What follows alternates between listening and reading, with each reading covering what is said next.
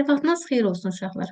Bugün biz sizinlə 8-ci sinif fizika dərsliyindən potensial və kinetik enerji mövzusunun öyrəndiklərinizi tətbiq edin və öyrəndiklərinizi yoxlayın hissəsindəki tapşırıqlara baxacaq. Əvvəlcə birinci tapşırığa baxaq. Birinci tapşırıqda deyir, idmançı oxatma yarışında iştirak edir. A variantında idmançı yayı dartarkən iş görürmü? Əlbəttə ki, bəli, iş görür. Çünki idmançı yayı dartarkən elastiklik qüvvəsinə qarşı iş görülür. O zaman buraya yazacağıq. Bəli, səbəb də ondan ibarətdir ki, elastiklik qüvvəsinə qarşı iş görür. B variantı. Yayı dartıb saxladıqda yay hansı enerjiyə malikdir? Yəni, yayı dartıb saxladığımız zaman yay potensial enerjiyə malikdir. Potensial. Səbəb nədir bəs? Çünki yayı dartarkən onun hissəciklərinin qarşılıqlı təsiri artır. Yəni biz bu yayı dartıb saxladığımız zaman, axı bu yay öz hissəciklərdən təşkil olunmuşdur. Biz bunu dartdığımız zaman onun hissəcikləri də qarşılıqlı təsiri artır. Yəni nəticədə onun potensial enerjisi də artmış olur. Çünki axı hissəciklər öz əvvəlki vəziyyətinə qayıtmağa çalışır. Məhz bu səbəbdən də potensial enerji artmış olur. Əgər biz yayı sərbəst buraxsaq, onun potensial enerjisi oxu hərəkətə gətirərək onun kinetik enerjisinə çevrilir. Yəni bir enerji digər enerjiyə çevrilmiş olur. C variantı, yayı sərbəst buraxdıqda elastiklik yayın iş gördüyünü nəyə əsasən demək olar? Yəni biz yayı sərbəst buraxdığımız zaman elastik yayın iş gördüyünü nəyə əsasən deyə bilərik? Əlbəttə ki, buna əsasən ki, axı biz oxu hərəkətə gətirməsinə səbəb olduğunu müşahidə etmiş oluruq. Yəni, işin hesabına, daha doğrusu enerjinin hesabına ox hərəkətə gəlir və iş görülmüş olur. Yəni, C variantına nə edərək? Oxu hərəkətə gətirməsinə. O zaman yazaq, oxu hərəkətə gətirməsinə. Yəni, enerji işin görülməsinə səbəb oldu. B variantı, dartılmış yayın enerjisi hansı enerjiyə çevrilir? Baxın, bayaqdan izah etdiyimiz kimi, dartılmış yayın enerjisi zamanı, yəni burada potensial enerji yaranmışdır. Həmin o potensial enerji yayı buraxdığımız zaman ox buradan hərəkətə başlayacaq, düzdür?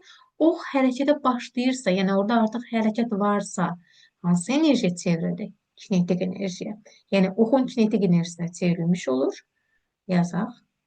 Oxun kinetik enerjisinə çevrilmiş olur. Yəni nəticədə onun potensial enerjisi də artır. Yayı sərbəst buraxdıqda isə onun potensial enerjisi oxu hərəkətə gətirərək onun kinetik enerjisinə çevrilir. Yəni izah etdiyim kimi. Yəni bu şəkildə yaza bilərsiniz. Öyrəndiklərinizi yoxlayın. Öyrəndiklərinizi yoxlayın hissəsinə keçək.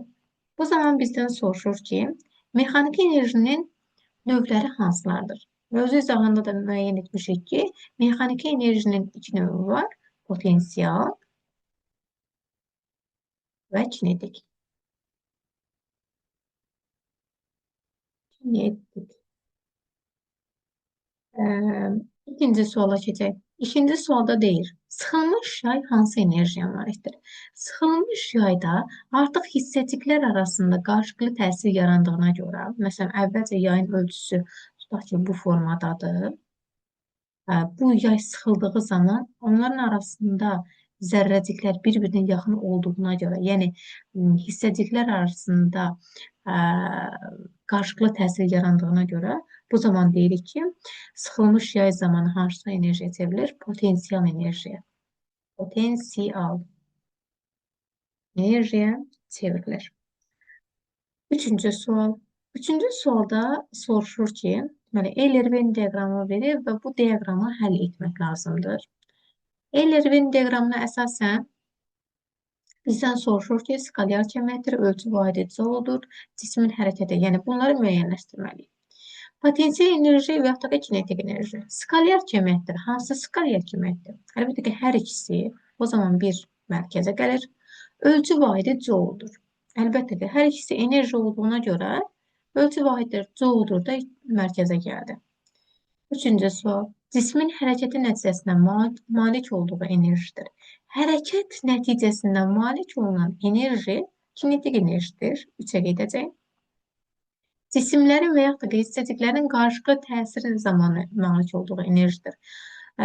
Yuxarıdakı misallarda da bir neçəsində misal göstərmişdik bu. Əlbəttə ki, bu potensial enerjidir. Mexaniki enerjinin növüdür. Hər ikisi. Mexaniki enerjinin iki növü var. Potensial enerji və kinetik enerji. Yəni, Eller-Ver diaqramını da bu şəkildə sizinlə müəyyənləşdirmiş olduq. Amma yenə də ümumən bir sizinlə bu mövzu haqqında qısa konspekt olaraq formalaşdırmaq istəsək, bu şəkildə fikrinizdə saxlaya bilərsiniz ki, kinetik enerji hərəkət zamanı yaranır və cismin hərəkəti nəticəsində malik olduğu enerjidir. Amma potensial enerji hissəciklərin qarşılıqlı təsiri zamanı yaranan enerjidir. Məsələn, sıxılmış yay və yaxud da ki, dartılmış yay. Bu zaman sıxıldıqda da, dartıldıqda da zərrəciklər arasında qarşılıqlı təsir yaranmış olur ki, bu baxımdan da potensial enerji formalaşır. Bu qədər uşaqlar, ümid edirəm ki, tapşırıqların izahı sizə aydın oldu. Sağ olun.